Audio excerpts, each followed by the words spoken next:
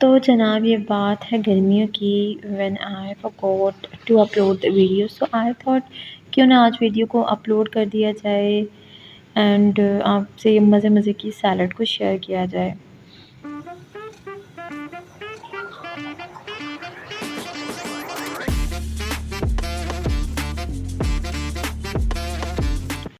अस्सलाम वालेकुम my YouTube family. उम्मीद है जी सब लोग ठीक ठाक होंगे और बहुत खुश होंगे।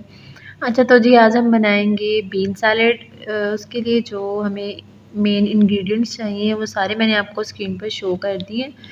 तो खीरा, टमाटर, केला, सेब और प्याज और आलू, और साथ में ये जो है ना इमली और आलू बुखारे को मैंने जो है ना भिगो दिया है। तो आपने करना कुछ ये है कि आलूओं को आपने बॉईल कर लेना है अच्छी तरह से, छोटे छोटे पीसेस करके। जिस तरह से मैंने ये बॉईल किया है इस तरह से आपने जो है ना इसको बॉईल कर लेना है। फिर वो उसका टेस्ट जो है बड़ा अच्छा एक आता है। तो बस जी यहाँ पे मैंने थोड़ा सा जादू करने की कोशिश की लेकिन वो जादू नहीं हुआ, तो बस फिर मैं हाथ से कटिंग करने लग गई थी।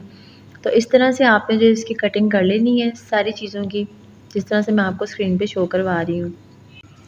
इसी के साथ साथ अगर आप मेरे चैनल पर न्यू हैं तो प्लीज़ इसे सब्सक्राइब कर लें और बेल आइकन के बटन को प्रेस कर लें ताकि मेरी आने वाली तमाम वीडियोस आप तक पहुंचती रहें।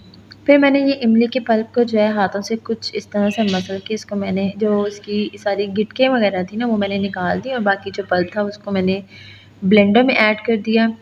साथ ही मैंने जो है आधा चम्मच इस तरह से चाट मसाले का और 2 से 4 चम्मच मैंने चीनी के ऐड किए थे, वाइट शुगर जो होती है।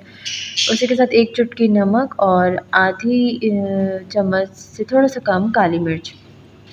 इसको आपने ब्लेंड कर लेना, अच्छी तरह से इसका पेस्ट बना लेना है।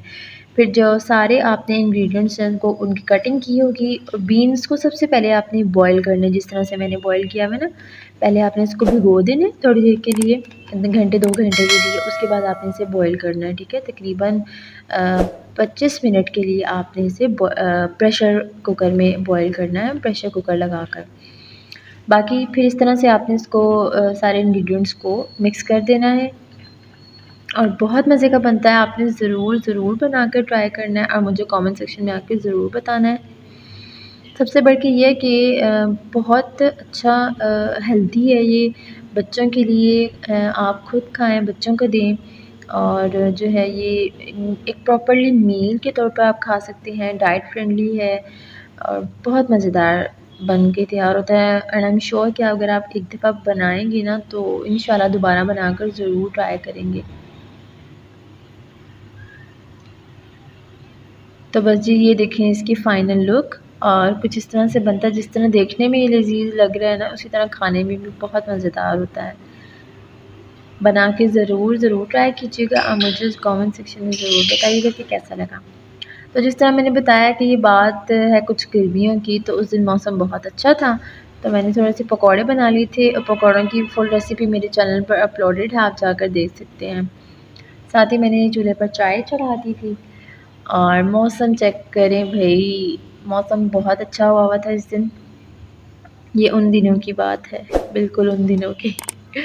उसी के साथ ही चाय चाय को जो है वो बॉयल आ चुका था, और पंजाबी में कहते हैं ना बाला शाला आ गए, तो बस चाय को बाला शाला आ गया था। और फिर हमने बाहर बैठ गए थे, जाके बच्चों के साथ थोड़ा सा टाइम स्पेंड किया।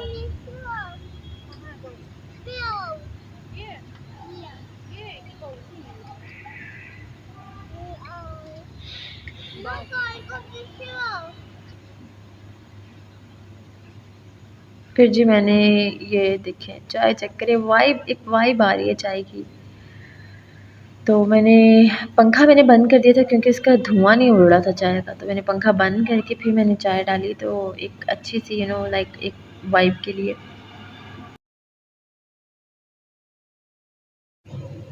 उसी के साथ ये शाम हो गई थी and we were plan for a barbecue. हमने बारबेक्यू का प्लान तो कर लिया था लेकिन ये आग ही नहीं चल रही थी। आधा घंटा हमें लग गया इस आग को चलाने में, आधा तकरीबन आधे से घंटे से भी ज़्यादा लग गया था। और फिर हाँ फाइनली फिर आग चली, और ये मेरे बच्चे छोटे छोटे प्यारे प्यारे से हुने भी नहीं जली है लो।